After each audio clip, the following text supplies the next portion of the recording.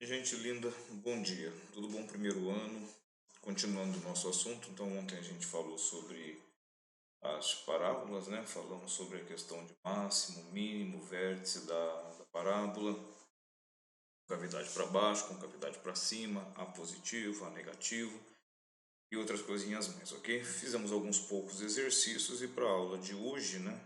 Que nós temos aí um horário menor, mais reduzido, então eu vou resolver mais alguns exercícios com vocês para poder servir também de orientação e modelo para vocês estarem estudando. Hoje não vai ter live, só a videoaula e espero que vocês aproveitem ao máximo, tá? De novo, tentando explicar sempre o melhor possível para vocês. Alguns exercícios vocês vão ver que são bem triviais, outros são um pouquinho mais bem elaborados e aquela questão sempre do nosso querido bom senso na hora de resolver o exercício. Então vamos lá, gente. Função quadrática, né? A gente ainda está falando do capítulo 10 da segunda parte de função quadrática, não encerra agora. E eu vou até adiantar um pouquinho. No último exercício, eu acho, eu adianto um pouquinho o próximo assunto nosso. Então, fazer algumas atividades propostas, conforme eu falei para vocês. Algumas são bem triviais. E enxergar a questão em si como um todo, ok? Então, vamos lá. Exercício 5 das atividades propostas. O gráfico da função quadrática definido por f de x igual a menos 2x² menos 3x mais 5 tem vértice v, mn. Calcule o valor da expressão 2m mais n. Então, a primeira coisa importante para a gente entender é o seguinte. Função quadrática, óbvio, né? Uma função aqui do segundo grau. O meu vértice representado pela letra V, esse mzinho que está aí, ele é o x do vértice, né? E o nzinho, ele nada mais é do que o y do vértice. Percebam que isso aqui é a coordenada cartesiana. O primeiro valor sempre é o x, o segundo valor sempre é o y. Então, na verdade, eu preciso do... Isso aqui, se esse V é o vértice, conforme fala no enunciado, esse cara aqui é a abscissa do vértice, e esse cara aqui é a ordenada do vértice, ou seja, x do vértice e y do vértice. Uma vez conhecido o x e o y do vértice, né, coordenada do vértice, eu substituo a letra m aqui e a letra n e a gente obtém a expressão desejada. Primeira coisa que a gente sempre vai estar fazendo, dada a função de primeiro grau, definir coeficiente A, coeficiente B, coeficiente C, tomando cuidado com seus respectivos sinais. Então, A vale menos 2, o B vale menos 3, né, e o C vale 5. Lembrando que A é o coeficiente que acompanha o x², B é o coeficiente que acompanha o x, e C é o termo independente de x, ok? Então, se eu preciso calcular o x do vértice, eu preciso de oposto de b sobre 2a. Se eu preciso calcular o y do vértice, eu preciso do oposto do delta sobre 4a. Então, vamos começar pelo x do vértice. Eu já tenho coeficiente b, já tenho coeficiente a, é só substituir isso aqui. Então, x do vértice vai ser quem? Oposto ao oposto está aqui. Quanto que vale b? B vale menos 3, então precisa colocar o sinal dele junto. Sobre 2 vezes o A também é negativo, então 2 vezes da fórmula vezes o A, que é menos 2. Agora percebam o seguinte, isso daqui vai dar menos 3 sobre menos 4. Menos divide menos vai dar mais. Com esse menos na frente vai dar menos 3 quartos. Esse é o x do vértice. Se ele é o x do vértice, ele também é o n, a letrinha m, ok? Fácil, né? Agora, para calcular o y do vértice, de preferência eu opto, no caso eu opto por calcular o delta separadamente, o discriminante da função. Quem que é delta? b² menos 4ac, então a gente só tem que substituir. Quem é o b é 3 negativo ao quadrado, menos 4 da fórmula vezes a, que é menos 2, vezes c, que é 5. O delta vai dar 9, menos com menos dá mais. Isso aqui vai dar 8 se 40, né? Então, o delta vale 49. Quem que é o y do vértice? Oposto do delta. Então, oposto de 49 sobre 4 vezes o A, 4 vezes 2. Percebam que isso daqui vai dar 49 sobre menos 8, é menos 49 sobre menos 8, que vai dar 49 sobre 8 positivo, né? Esse sinal de baixo conjuga com esse sinal aqui à frente do vínculo. Então, se esse é o y do vértice, esse cara nada mais é do que o meu n, o meu nzinho que está aqui, ok? Finalmente, eu tenho as coordenadas mn. Então, meu vértice é quem? X valendo 3 quartos negativo e o y 49 oitavos. Então, vamos simplificar, porque 49 só é múltiplo de 7. Precisamos calcular agora o valor da expressão. Quem é a expressão? A expressão é 2m mais n. M é esse cara e o n é esse outro cara. Então vai ficar 2 vezes menos 3 quartos mais 49 oitavos. Faz o MMC desse cara. Então, no caso, 8 divide pelo de baixo, multiplica pelo de cima, soma e subtrai, e você vai obter exatamente isso. 8, aqui vai dar 6 em cima, então 8 por 4 dá 2, vezes 6 menos 12, cuidado com o sinal. Mais 8 por 8 dá 1, 49, 49, então 49 positivo tira 12 me dá Incredibles 37 sobre 8. Então esse aqui é o resultado final dessa nossa expressão. Perceba que é bastante fácil, né? A gente calcular vértice, calcular aí as coordenadas do vértice é bem tranquilo. É só um comentário à parte, se fosse perguntado a vocês, não foi perguntado, mas se fosse perguntado qual seria máximo ou qual seria mínimo? Dá para saber? Dá para saber. Primeira coisa, coeficiente A.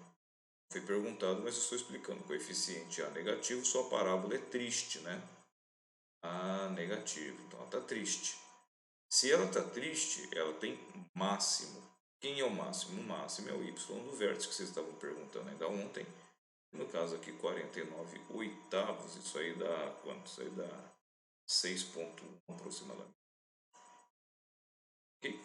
Tudo bem, né? Continuando.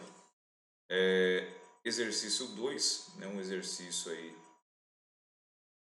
um pouquinho diferenciado. Bem criativo ele. Só não sei não sei se é União Federal do Pará. Não me lembro da sigla daqui. Depois eu procuro.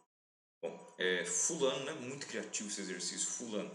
Alguém, um ser vivo, uma pessoa, vai expor seu trabalho em uma feira e recebeu as informações de que seu stand deve ocupar uma área retangular de 12 metros quadrados e o seu perímetro igual a 14.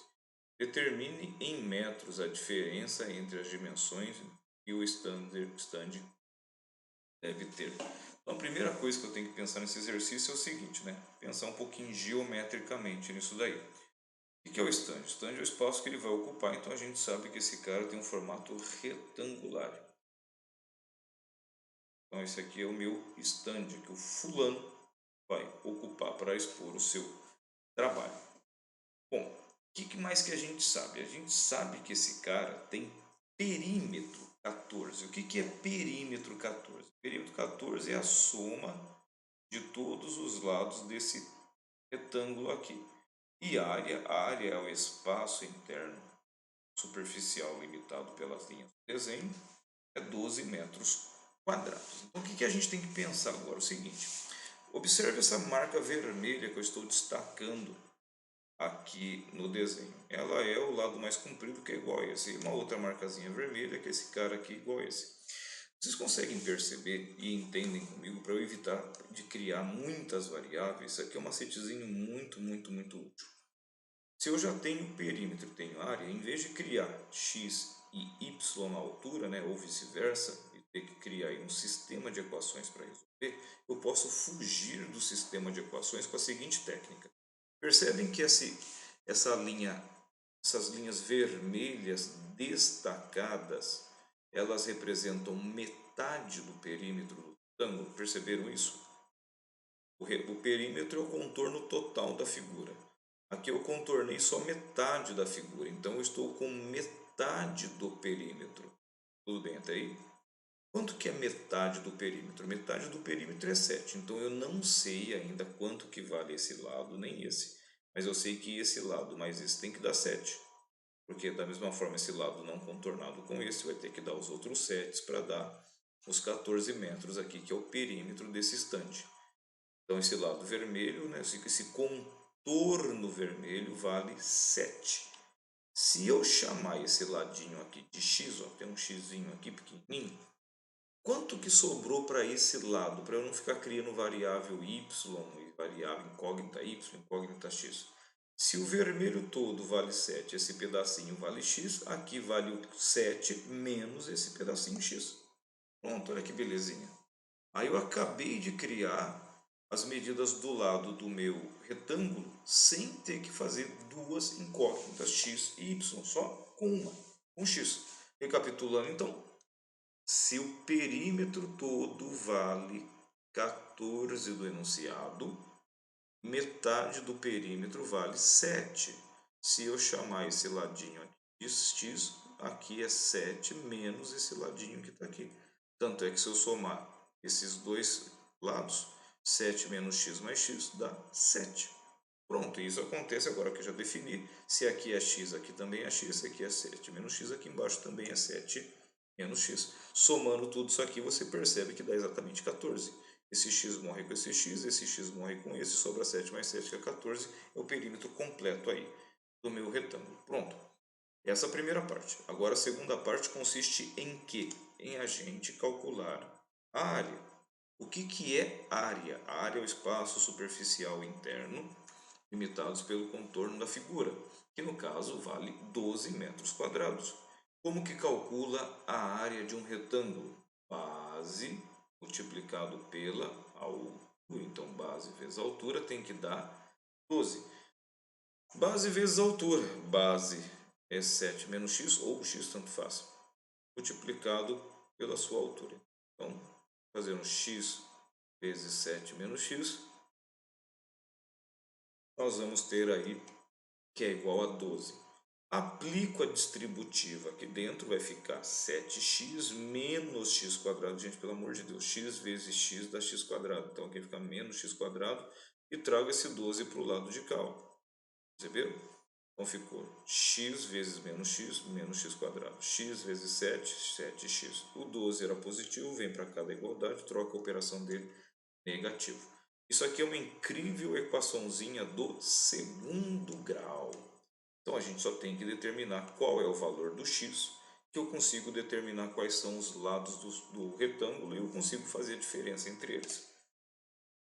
Equaçãozinha do segundo grau, primeira coisa, sempre verificar quanto que vale os coeficientes a, b e c. Então a vale menos 1, o b vale 7, o 12 e o c vale menos 12. Delta quadrado menos 4ac, 7 quadrado menos 4 vezes menos 1 vezes menos 12, 7 ao quadrado 49. Isso aqui vai dar menos com menos, com menos, menos. Então 49 menos 48. Então delta vale 1. Se delta vale 1, tem duas soluções distintas, delta maior que zero, duas soluções distintas. Então, quem que é o x? X é o oposto do b, mais ou menos a raiz do delta sobre 2a. Então, fazendo aqui embaixo, x é o oposto do b. B vale 7, o oposto de 7 é menos 7. Mais ou menos a raiz de delta, que é 1, sobre 2 vezes o a, que é menos 1. Cuidado com o sinal. Calculando chesline.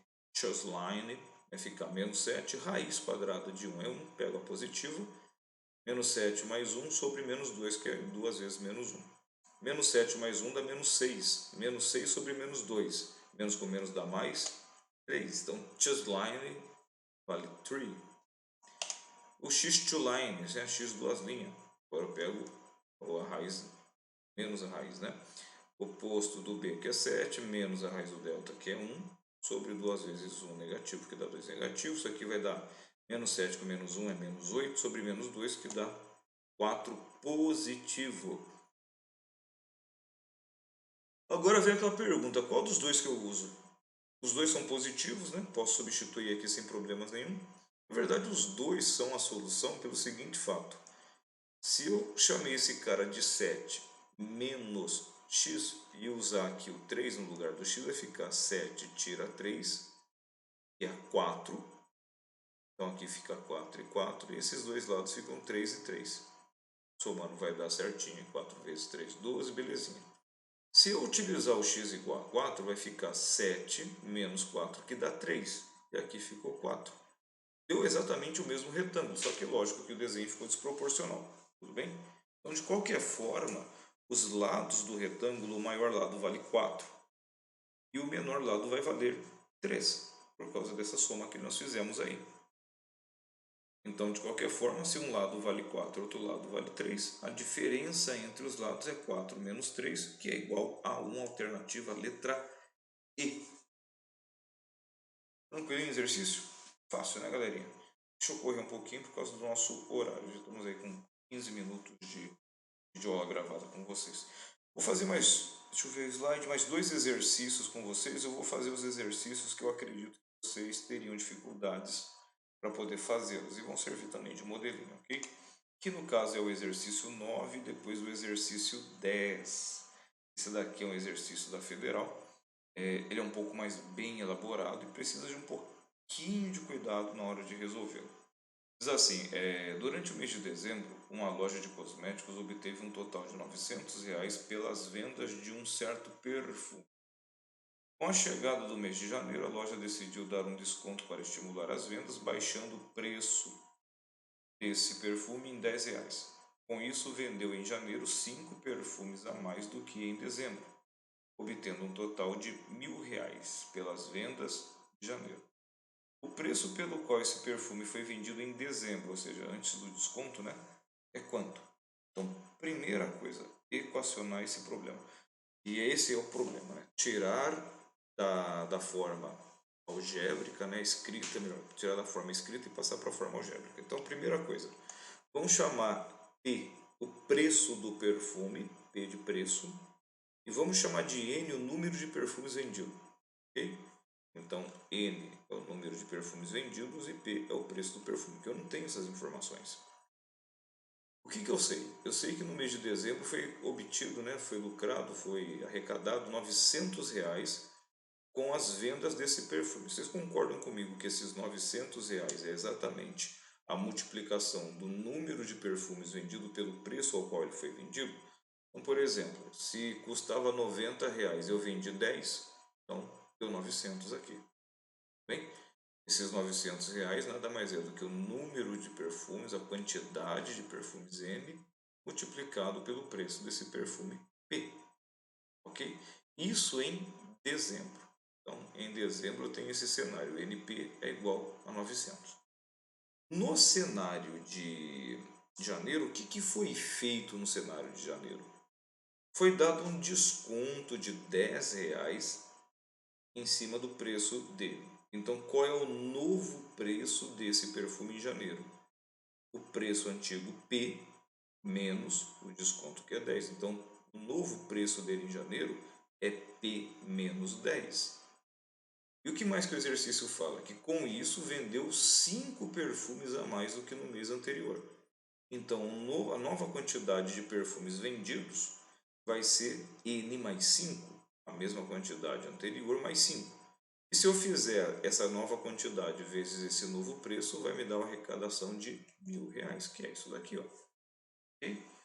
Quantidade de perfumes inicial, mais os 5 que vendeu, e o preço inicial menos os R$ 10 de desconto.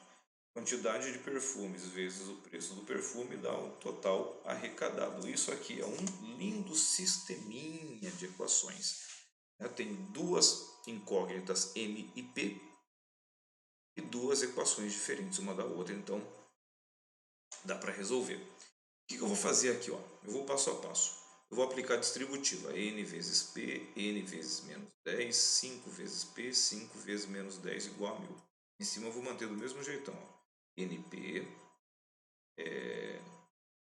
N menos 10N, 5P e menos 50 igual a 1.000. Agora percebam que N vezes P está aqui em cima. N vezes P é 900. Então eu vou tirar esse N vezes P e trocar ele por 900. Vai ficar assim, P igual a 900, né? NP vale 900. Sobrou isso.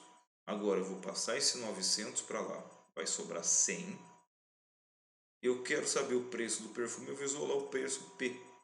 Então eu vou passar esse 10n para lá, né? Primeiro sobrou 100. Passo esse 50 negativo, vai ficar 150. Pego esse 10n, passo para lá de passo positivo, e o 5 que está multiplicando P passo a dividir. Então vai ficar 150 mais 10n, tudo isso dividido por 5. E vai dar P igual a 2n mais 30. Tá? Fiz o algebrismo aqui, pulei algumas etapas, senão não vai caber no slide. Agora, finalmente, eu preciso calcular uma das incógnitas, o n ou o p. Como o p está isolado aqui na segunda equação, eu vou substituir o p na equação de cima. Percebam que aqui é n vezes p igual a 900. Mas quem é p? P é 2n mais 30. Então, se eu colocar no lugar desse p 2n mais 30, que eu vou ter isso aqui, ó, n vezes p igual a 900. n vezes p é n 2n mais 30, ó, P 2n mais 30 é igual a 900. Aplico a distributiva, vai dar 2n ao quadrado mais 30n, passo 900 para cá para zerar a equação, para eu poder aplicar Bhaskara, que Bhaskara só pode ser aplicado com a equação zerada. Bom, resolvendo isso daqui, se eu for resolver o Bhaskara, não vai caber aqui para mim, tá? E aí, eu resolvendo por Bhaskara, eu chego em dois resultados. Aqui eu divido a equação por 2 para ficar mais fácil ainda. Lembrem-se que eu já falei isso para vocês. Se eu quero calcular as raízes, nenhum problema em dividir. Agora, se eu quisesse calcular o vértice aqui, por exemplo, o vértice é um outro ponto, já não pode. Okay? Eu vou reforçar isso mais uma vez. Aqui eu quero calcular as raízes n. Tá? Por que eu sei que é raízes? Porque está zerado. Quem é que zera a equação? São as raízes da função. Então, se eu quero calcular as raízes, né, esse cara está igual a zero, então eu posso multiplicar, eu posso dividir para simplificar a função, a equação no caso aqui, calcular mais fácil. Se eu quisesse calcular o vértice, eu já não poderia simplificar. Essa simplificação só vale para raízes. Ok? Eu mostrei no GeoGebra para vocês que quando eu tenho equações múltiplas, foi lá na aula antes de ontem, que quando eu multiplico, o gráfico da parábola continua passando nas mesmas raízes, mas ele muda a abertura, vértice sobe ou pode descer, dependendo de quanto eu multiplico ou divido essa equação. Então, aqui para calcular as raízes pode. A minha equação final vai ser n ao quadrado mais 15n menos 450 igual a zero. Agora, calculando aí Bhaskara, né? Tiro o delta, b quadrado menos 4ac, tal. Vai dar um delta positivo, bem grande por sinal, enfim. Resolvendo aqui por Bhaskara, eu obtenho 2n, n' e n duas linhas, n-line, n-to-line. Bom, um deles vale menos 30 e o outro vale 15. Como nós estamos nos referindo a n, n é a quantidade de produtos vendidos, não faz sentido falar que eu vendi menos 30 perfumes, né, produtos. Então, eu vou optar, esse cara aqui não convém, então vou pegar aqui o n igual a 15. Mas eu não quero a quantidade de perfumes, eu quero o preço do perfume. Então eu vou pegar essa equação de cima aqui de novo, ó, que ela está facinho de resolver. N vezes P é 900. Quem é o N encontrado? 15. Coloco o 15 no lugar do N, fica 15P igual a 900. Passo o 15 para lá dividindo, eu vou ter que P é 900 dividido por 15, que dá 60. Portanto, o preço do perfume é R$60, alternativa a letra B. Perceba que esse exercício ele já é mais trabalhoso, exigiu sistema, exigiu Bhaskara, é bem mais complicadinho. É uma questão que tem múltiplos conceitos nela. E para a gente terminar e não ultrapassar a meia hora de aula que vocês têm, eu imagino que vocês vão ter dúvidas nesse exercício, até porque ele tem aquela carinha da inequação. Só que ele não é uma inequação, ele é uma equação, porque ele já está igualado, é igual a zero. Bom, eu falei com vocês que a primeira coisa quando a gente tem, aqui no caso é a equação quociente, né? Quociente. Equação quociente. A gente estudou inequação quociente. Primeira coisa que eu tenho que verificar é a condição de existência, lembra disso? Então a minha equação é essa daqui, ó. Uma equação quadrática em cima, uma equação linear embaixo, né? Aqui x quadrado, aqui x a primeira. E isso aqui é uma divisão, isso aqui representa uma divisão, tem que dar zero. Então, coisa importante, se eu tenho quociente, se eu tenho raiz quadrada, eu tenho aquela famosa condição de existência. Na verdade, não é ter quociente. No caso, é você ter o denominador com variável ou ter variável dentro da raiz. Ok? Então, que é esse caso aqui, o meu denominador tem variável. Então, se o meu denominador tem variável, a variável pode assumir qualquer valor, né? Por isso que chama de variável. Aqui no caso, uma incógnita, para ser já está igualado, então chamar de incógnita, é uma equação. Então, dependendo do valor que eu coloque nesse x aqui embaixo, eu posso zerar esse cara de baixo, que é o denominador. Se zerar, não existe. Então, a condição de existência para essa equaçãozinha aqui, né, famosa CE, condição de existência, é que esse cara de baixo nunca pode ser zero, porque não existe divisão por zero. Então, 7x menos 14 tem que ser diferente de zero. E perceba uma coisa, a condição de existência, ela sempre é definida antes de resolver qualquer cálculo. Por quê? Conforme eu fizer a manipulação algébrica disso daqui, eu posso sumir com esse denominador. Vocês vão entender que dá para fazer isso. Dá para sumir com esse denominador. E aí sumiu o denominador, pirilim, pim, pim, sumiu para mim, então não tem mais problema de condição de existência? Não. A condição de existência você determina ela antes de qualquer cálculo, de qualquer algebrismo. Porque a condição de existência ela determina exatamente se vai ou não essa equação existir. Se existe, tem solução, pode ter ou não solução também, dependendo. Mas a condição de existência tem que ser feita no formato que a equação vem, ou a função vem para a gente. Aí depois que você determinou a condição de existência, tudo bem, você resolve, pode até sumir com esse denominador daí, mas você já traçou a condição de existência. Então agora, isolando x, ó, passo esse 14 para lá, passo dividir no 7, o x tem que ser diferente de 2, bem óbvio, né? Porque se o x for 2, 7 vezes 2, 14, 14 tira 14, 0. Então o x nunca pode ser 2. Ele pode assumir outros valores, exceto o valor 2 positivo. Então, agora que eu determinei a condição de existência, já coloquei a restrição no meu domínio, né? Se eu olhar isso aqui como uma funçãozinha, já coloquei a restrição no meu domínio, sei que o x não pode ser 2. Agora eu vou resolver isso daqui. Percebam que aqui todo mundo... Vou resolver em cima, depois eu mostro a resolução do SAS. Vou resolver diferente, tá bom? Percebam que aqui em cima eu tenho todo mundo múltiplo de 7. Vou colocar o 7 em evidência. Aí ficou x² menos 5x mais 6. Isso aqui não é uma divisão? Quando que uma divisão dá zero? Não é o denominador zero. Falou até que não pode, com existência. É uma divisão dá zero quando o seu numerador for zero. Isso aqui é 7. 7 vezes. Isso aqui é número, isso aqui não vai mudar. Então quem que pode dar zero? Quem pode dar zero é somente o parênteses. Então o x² menos 5x mais 6 que tem que ser igual a zero. Porque se ele der zero, 7 vezes 0 é 0, 0 dividido por qualquer coisa dá zero também. Lembrando a restrição que o x não pode valer 2. Define o coeficiente A, B, C. A é 1, B é menos 5, C é 6. Aplica Bhaskara nisso aqui. Eu fiz esse cara aqui lá na última live com vocês lá no Zoom. A gente sabe que as raízes dele, ou se você quiser calcular, calcule depois na sua casa.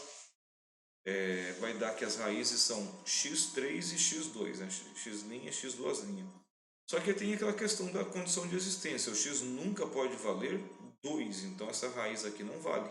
Ainda que ele seja a solução aqui no numerador, ele não pode entrar na parte de baixo por causa da condição de existência, senão ele zera o denominador, e aí dá ruim. Então qual é o x válido?